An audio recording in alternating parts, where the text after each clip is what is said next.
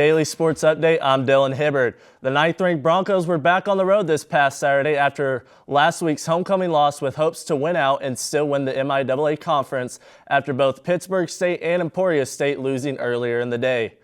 It was not easy as the Broncos won with a game-winning field goal by kicker Nicky Quevedo in overtime with the final score of 37-34.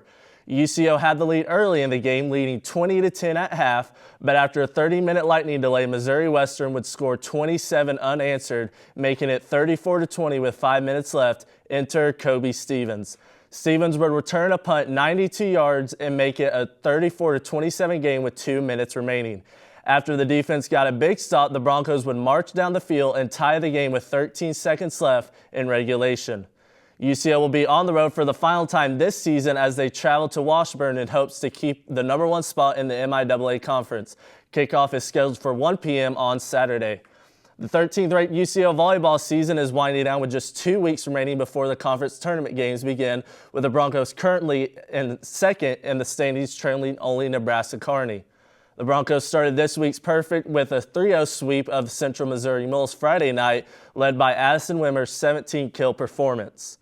The following afternoon was no difference as the Broncos swept the weekend 6-0, improving to 10-2 in MIAA play and 23-2 overall after Jenna Karp and Addison Wimmer combined for 18 kills.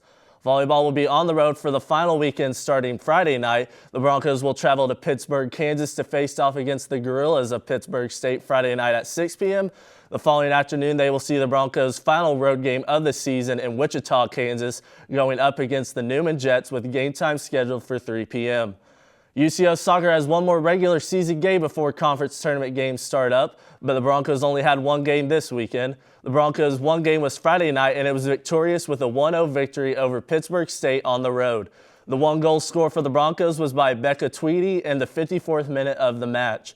Soccer currently sits at 6-2-3 in MIAA play and 9-5-3 overall, putting them fourth in the conference, which would be good enough to host a playoff game. The final game of the regular season is on Wednesday night at 6 p.m. against the Newman Jets. The OKC Thunder continue to impress everyone with a 6-0 start, marks the best start to a Thunder season in franchise history. This weekend saw the OKC Thunder in a mini West Coast trip with back-to-back nights in Portland, Oregon and Los Angeles. Friday night, we would watch as the Thunder would drop a season-high 137 points on the Trailblazers, led by SGA's 30-point, 7-rebound, and 6-assist performance. The following night, the Thunder would visit the brand-new Intuit Dome Arena, home of the Los Angeles Clippers. Much of the same, though, with OKC holding LA to 92 points with a 105-92 victory. This game would mark the 4th game out of 6 already where the Thunder's defense had allowed less than 100 points to opponents. They are currently on pace to have a top 5 defense in NBA history. OKC will put that undefeated record on the line tonight as they will host the 3-3 Orlando Magic, led by the man who was picked ahead of Chet Holmgren, Paolo Banchero. Tip-off is scheduled for 8 p.m. at the Paycom Center. Ian, Lauren, back to you at the desk.